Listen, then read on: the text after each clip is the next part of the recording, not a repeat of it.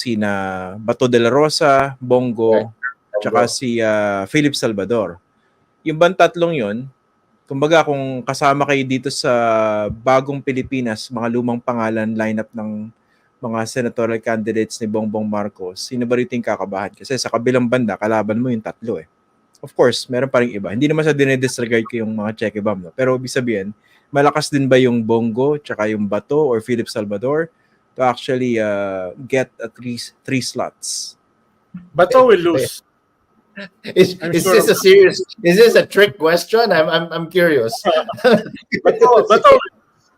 Bato will It is a question. I will let Alan answer that. Alan, go ahead. Go ahead, Alan. Sige, Richard. Si Bato will lose. No, Bato will lose. No? Bakit? I doubt. Una, nasa bingit siya. Tapos marami ng issues na binabato sa kanya. At hindi siya kasama sa administrasyon. Andun ka sa number 11, number 12. Hindi ka kasama sa administrasyon. Ang daming issues na binabato sa'yo.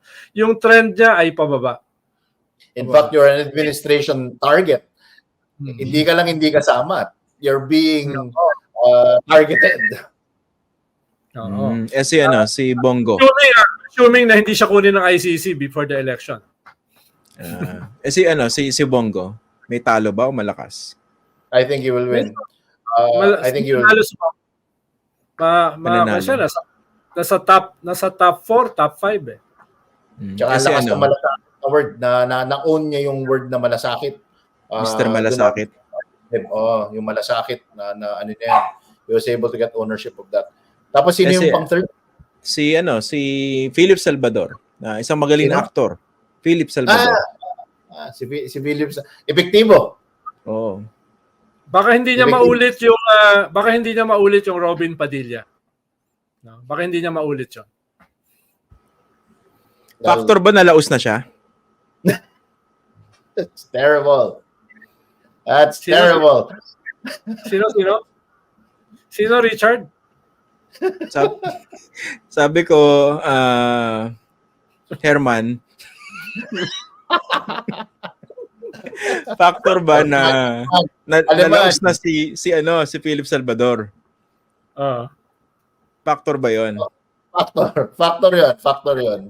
Well, he would have a better chance reviving his acting career than he would running for the Senate. I'll put it that way, perhaps in the nicest way. Pero nagulat ako seriously, Sen, and I'm not being glib here. Nagulat ako dun sa categorical statement mo. Bato will lose. Grabe, alam mo na yan yung hahatiin ni Ian Esguerra at gagawin niyang recap. Alam mo na yun ang gagawin niya, tapos ang sumisigaw na headline, Bato will lose. Ganyan. Bato will lose. Ganyan ang gagawin niya sa'yo. Mas pinapakaba lang niya si Senator Bato. Ang dami nang iniisip sa buhay pinakaba pa lalo. Baka maiyak yun. Bato will lose. What made you so sure? No, but honestly, categorically said, that's eye-opener for me, Sen. Eto, may nagpapatanong, no? Kasi parang sinasabi, baka sabihin nyo, yun na ang dalawang lineup na lang ba yung pinag-uusapan dito. Eto, sabi ni Manuel Rojas Jr. Ayan. Pakitanong kina Secretary Llamas at Mr. Herman kung possible na makapasok yung cheque bomb sa Senate. Pwede naman silang pumasok, di ba? Kasi open to the public naman yung Senado. Well, una. Joke lang. Good evening, former senator and SILG Mar Rojas, no? Si Manuel Rojas Jr. rin nagtanong sa atin Mar Rojas yung nagtanong, Kaya, lalo na pag yung 0.6 movement ko at yung pinaghihirapan namin ni Sen Edu ay talagang mag-gain ng steam. Kasi yung nasabi ni Sen Edu kanina about Camille Villar, yung nag-jump siya, we jumped 27.645 points dun sa aming latest Yahoo Trends. Yung 0.6 movement. So talagang ingay-ingay na ni Senator Edu Manzanas sa Yahoo Trends. Tingin ko. Tapos online survey kami. 74.2 respondents. 0.2 lang kasi may mga tanggal na limbs yung isang nakausap namin. Mukhang lamang na lamang sa survey si Senator Edu Manzanas. Pero seriously, may pag-asa ba tong cheque bomb?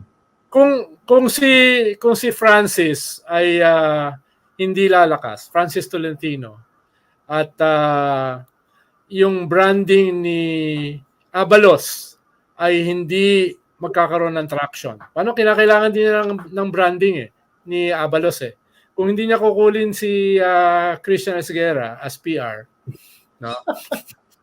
The persuasion specialist Christian Esguerra. You're right, Alan. Tama ka dun. Hindi niya kukunin yun. No? Ay,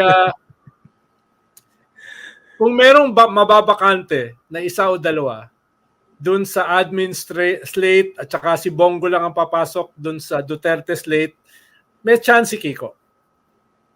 Oo, tsaka brand talaga yung Pangilinan, di ba? Tsaka may track record dyan May chance.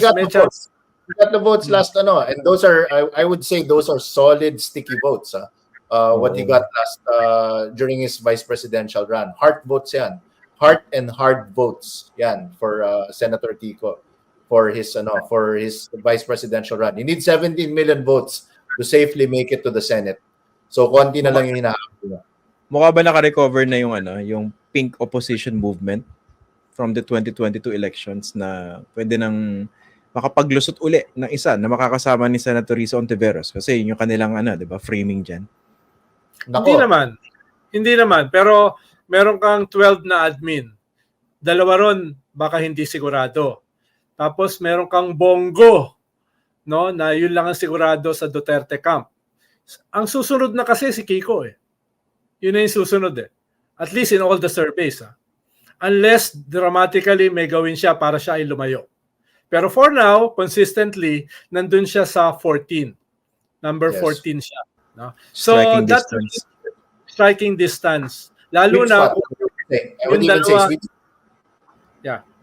lalo na kung yung dalawa sa admin slate ay hindi ganun kalakas.